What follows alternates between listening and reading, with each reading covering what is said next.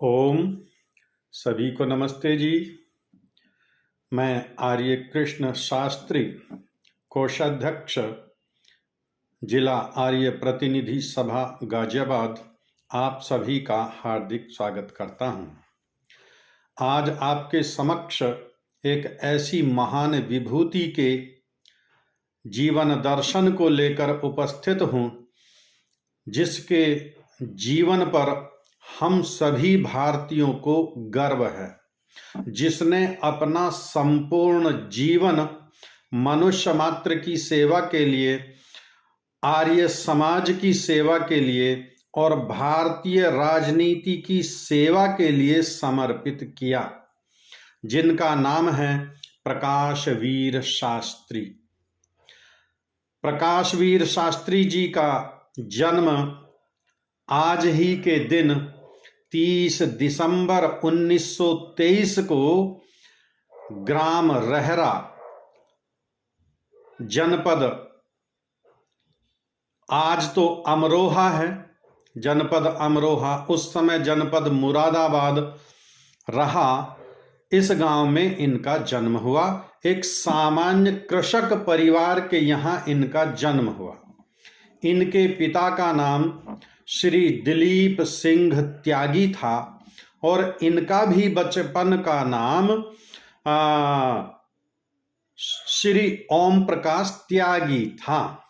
इनके पिता आर्य समाज की विचारधारा से प्रभावित थे और उस समय 1923 की ये घटना है। उस समय प्रत्येक सभ्य व्यक्ति अपने बालक को गुरुकुल में ही शिक्षा दिलाना चाहता था, क्योंकि गुरुकुलीय शिक्षा पद्धति संस्कारों की और मनुष्य के सर्वांगीण विकास की पद्धति रही है।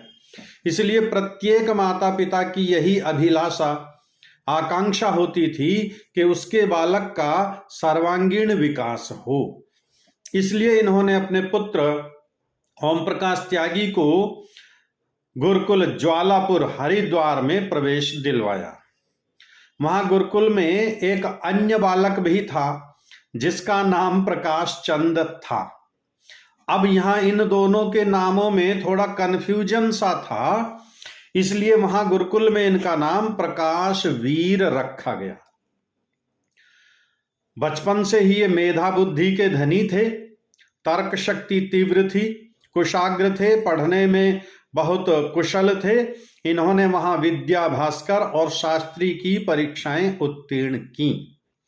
मेधा बुद्धि के कारण ही इन्होंने एमए संस्कृत की परीक्षा आगरा विश्वविद्यालय से प्रथम श्रेणी से उत्तीर्ण की और ये भी महर्षि स्वामी दयानंद सरस्वती और आर्य समाज की विचारधारा से अत्यधिक प्रभावित थे। उनके प्रति पूर्ण श्रद्धा, आस्था और विश्वास रखते थे। इस कारण से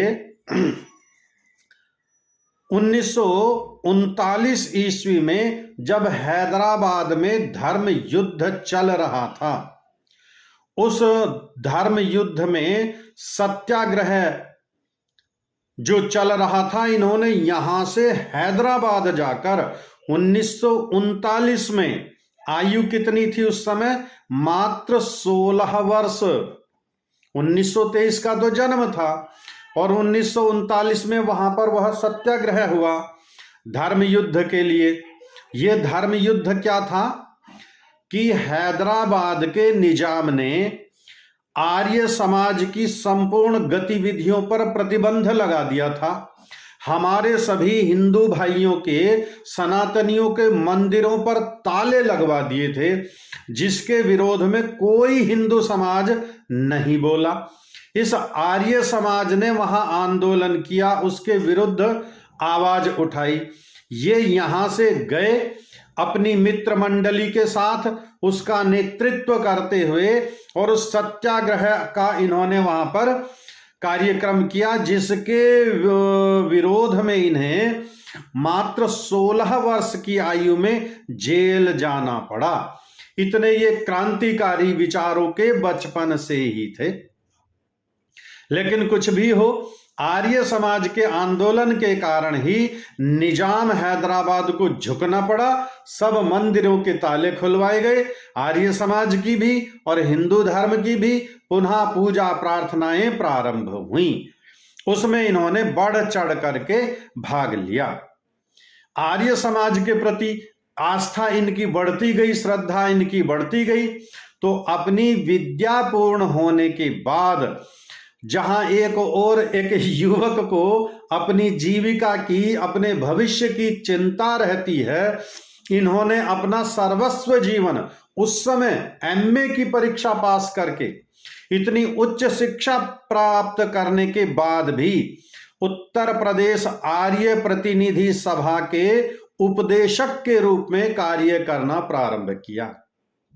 चाहते तो किसी एक बहुत बड़े पद पर आसीन हो सकते थे, सरकारी सेवा में जा सकते थे, किसी विद्यालय में प्रोफेसर बन सकते थे, किसी विद्यालय में लेक्चरर बन सकते थे, लेकिन नहीं, आर्य समाज का कार्य किया। और आर्य समाज का कार्य करने के लिए उत्तर प्रदेश प्रतिनिधि सभा के उपदेशक बने।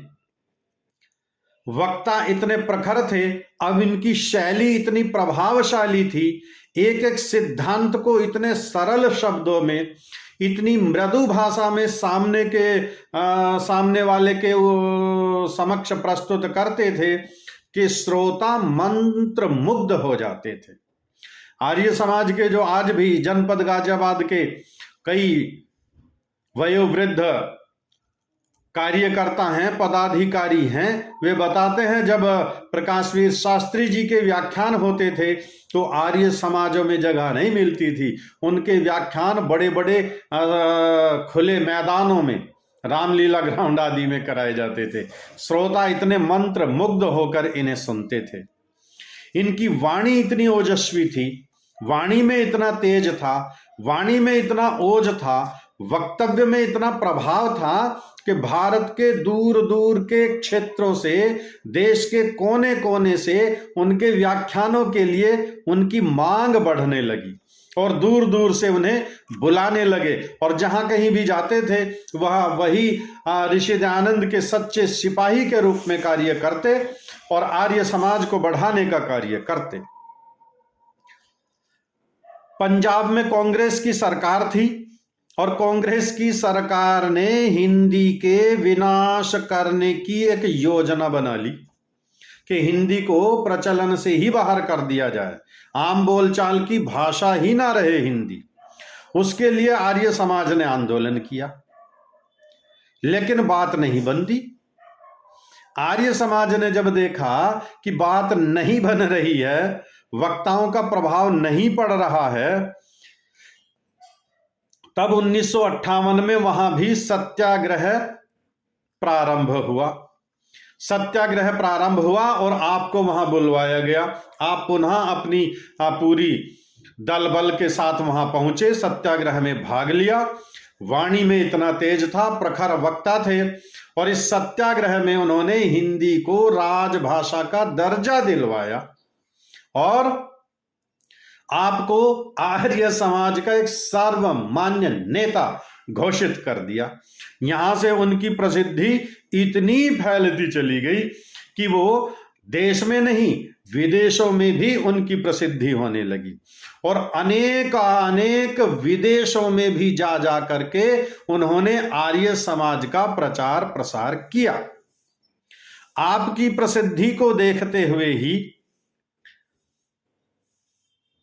आपने उपदेशकों की स्थिति को सुधारने के लिए, उस समय आर्य उपदेशकों की स्थिति बहुत ज्यादा उन्नत नहीं थी, अच्छी नहीं थी।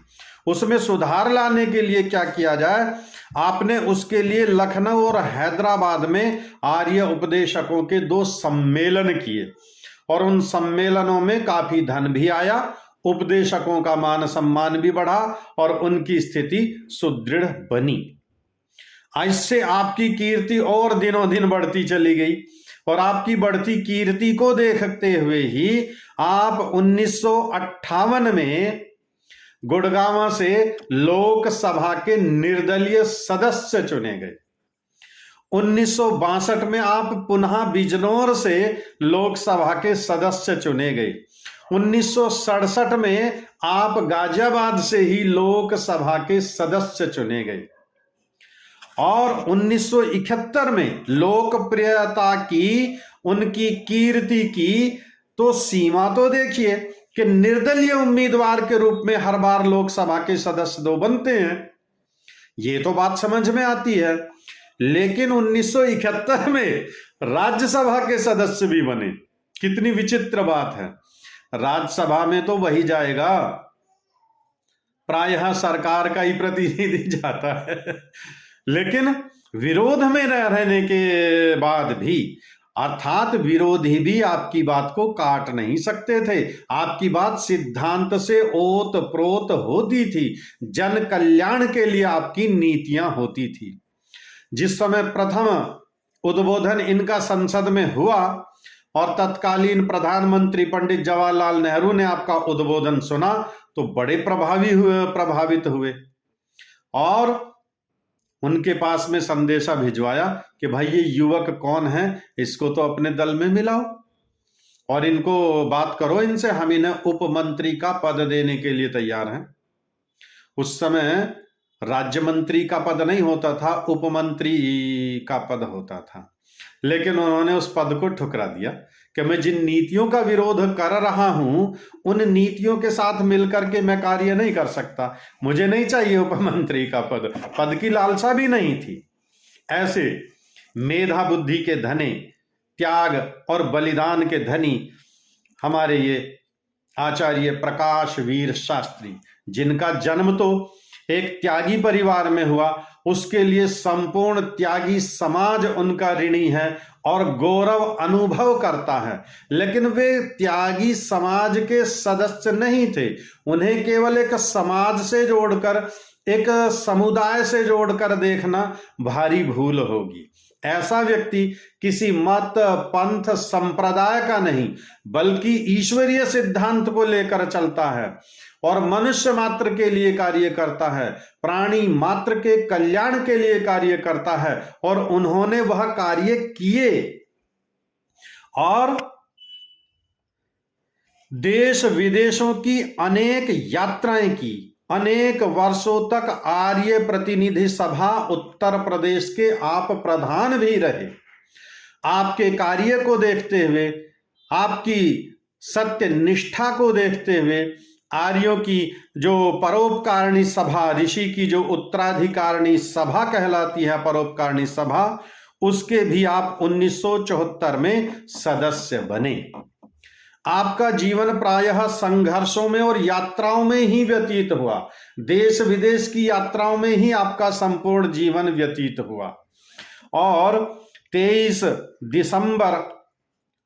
नवंबर 1977 को आप जयपुर से एक कार्यक्रम में दिल्ली के लिए वापस लौट रहे थे एक रेलगाड़ी से और उस रेलगाड़ी की मार्ग में दुर्घटना हो गई और इसी दुर्घटना में आपका दुखांत हो गया, आपका देहांत हो गया, आपका शरीरांत हो गया। वास्तव में प्रकाशवीर शास्त्री जी की आज स्थूल रूप में शरीर हमारे साथ नहीं है, लेकिन उनकी आत्मा निश्चित रूप से हमें आज भी प्रेरणा दे रही है।